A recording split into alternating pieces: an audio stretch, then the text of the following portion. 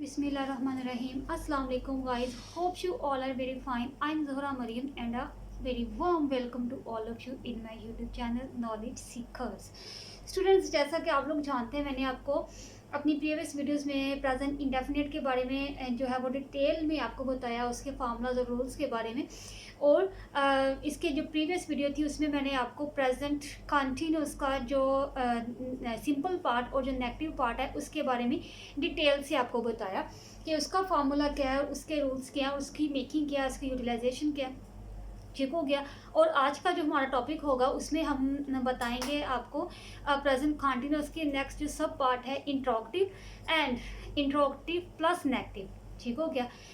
इसके जो सब पार्ट्स मतलब आगे भी हम इसको लेके चलते हैं, तो इसका जो इंट्रोगेटिव और इसका इंट्रोगेटिव प्लस नेगेटिव पार्ट जो है उसको आज हम देखेंगे कि इसकी मेकिंग क्या है और उसकी यूटिलाइजेशन क्या है। ठीक हो गया।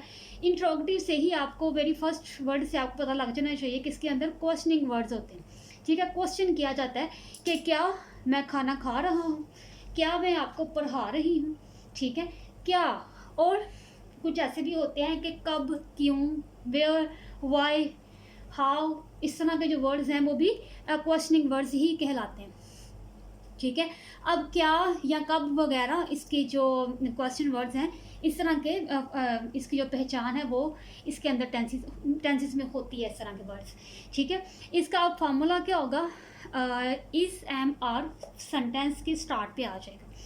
एक बात याद रखें, जितने भी इंट्रोगेटिव मीन जो सवालिया फिक्रात होते हैं, सेंटेंसेस जो होते हैं जिनमें क्वेश्चन किया जाता है, उसके अंदर जो हेल्पिंग वर्ब होता है वो स्टार्ट पे होता है। ठीक है, जितने भी इंट्रोगेटिव हम करेंगे जो उसका उसकी जो प्रॉपर्टी होगी प्रेजेंट कंटिन्यूस की प्रॉपर्टी थी इज, एम, आर। ठीक है, यानी इसके अंदर हमने इसके सब पार्ट्स में भी हमने यही हेल्पिंग वर्ब्स जो है वो यूज़ करने थे। ठीक है, लेकिन डिफरेंट तरीके से।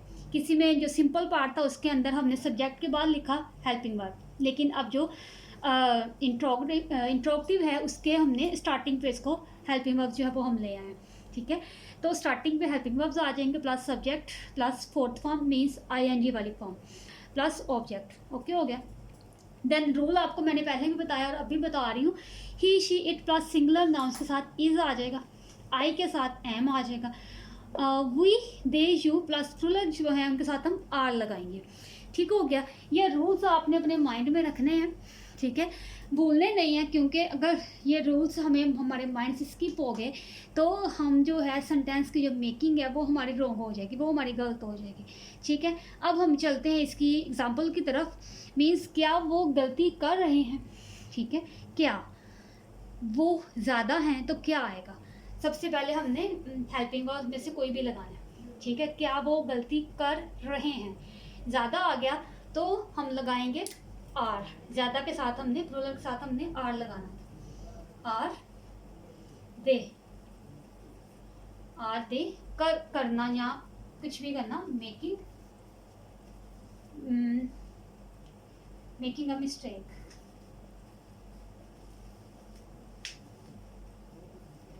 ठीक हो गया। Are they making a mistake, आ भी लगा सकते हो या आके बगैर भी आप लिख सकते हो, are they making mistake whatever. ठीक हो गया। क्या चांद निकल रहा है। ठीक है, चांद निकल रहा है, चांद सिंगल है। ठीक है, तो इसके साथ हम इज लगाएंगे स्टार्टिंग में। इज द मून, मून निकलना या अपीयर होना, appearing, appearing. Is the moon appearing, क्या चांद जो है वो अपीयर हो रहा है, निकल रहा है कि नहीं। ठीक हो गया। अब ये तो हो गया हमारे पास इंट्रोगेटिव का फार्मूला भी, उसकी मेकिंग भी, उसके सेंटेंसेस भी, उसके रूल्स भी। ठीक है, अब हम चलते हैं इंट्रोगेटिव प्लस नेगेटिव की तरफ। मीन्स के उस सेंटेंस में, एक ही सेंटेंस में क्वेश्चन भी होगा और नेगेटिव भी होगा। अगर मैं इसी को करूँ, क्या वो गलती नहीं कर रहे हैं। ठीक है, तो इस तरह के टेंसेस मैं आपको करवाती हूँ, वो हम एग्जाम्पल की तरफ चलते हैं, उसके रूल्स की तरफ चलते हैं। ओके स्टूडेंट्स, अब हम चलते हैं इसकी इंट्रोगेटिव प्लस नेगेटिव टेंसेस की तरफ। ठीक है, इसका फार्मूला क्या होगा, वही इज, एम, आर स्टार्टिंग पे plus subject plus not. Okay, एक और बात यहाँ पे, इंट्रोगेटिव प्लस नेगेटिव जितने भी पार्ट्स आएंगे इसके, मीन्स जितने भी टेंसेस के ये वाले पार्ट होंगे इंट्रोगेटिव और नेगेटिव, उनका फार्मूला यही रहेगा। क्वेश्चन जो हेल्पिंग वर्ब होंगे वो स्टार्ट पे प्लस सब्जेक्ट प्लस नॉट, ठीक है। कभी भी ऐसा नहीं होगा कि इज़ नॉट स्टार्टिंग पे आ जाए, नहीं, सब्जेक्ट के बाद नॉट हम लगाते हैं, plus fourth form plus object. Fourth form का मैंने बता दिया, आईएनजी वाली फॉर्म जो है वो फोर्थ फॉर्म कहलाती है, ठीक हो गया। अब इसके अलावा जो क्वेश्चन वर्ड्स भी होते हैं कुछ, when, where, why, how, who etcetera, इस तरह के जो वर्ड्स हैं वो क्वेश्चन वर्ड्स कहलाते हैं। और इनके साथ भी जो सेंटेंसेस होते हैं वो भी हमारे इंट्रोगेटिव सेंटेंसेस ही कहलाते हैं, ठीक हो गया। अब हम देखें एग्जाम्पल की तरफ, क्या बच्चा रो नहीं रहा है, ठीक है। क्या भी आ गया मीन्स क्वेश्चन भी आ गया और नेगेटिव भी आ गया, नहीं भी आ गया। अब क्या होगा, बच्चा सिंगल है ना, तो क्या हम लगाएंगे इज के बाद सब्जेक्ट आ गया, इज द चाइल्ड, सब्जेक्ट हो गया द चाइल्ड। नॉट, अब हम लगाएंगे not, is the child not. फिर हमने लगाया fourth form weep, ING, weeping, ठीक हो गया। क्वेश्चन जो साइन है वो, is the child not weeping, क्या बच्चा नहीं रो रहा है, ठीक है। ऑब्जेक्ट इन अ केस, अगर ऑब्जेक्ट होगा तो हम लगाएंगे, यहाँ पे ऑब्जेक्ट नहीं है तो हम नहीं लगाएंगे। मेहमान कब यहाँ पहुँच रहे हैं, ठीक है, कब, व्हेन, मेहमान कब यहाँ पहुँच रहे हैं, द गेस्ट, सॉरी व्हेन हम स्टार्ट पे लगाएंगे, ठीक है, व्हेन द गेस्ट, इसको सभी रेस कर देते हैं, व्हेन, ठीक हो गया।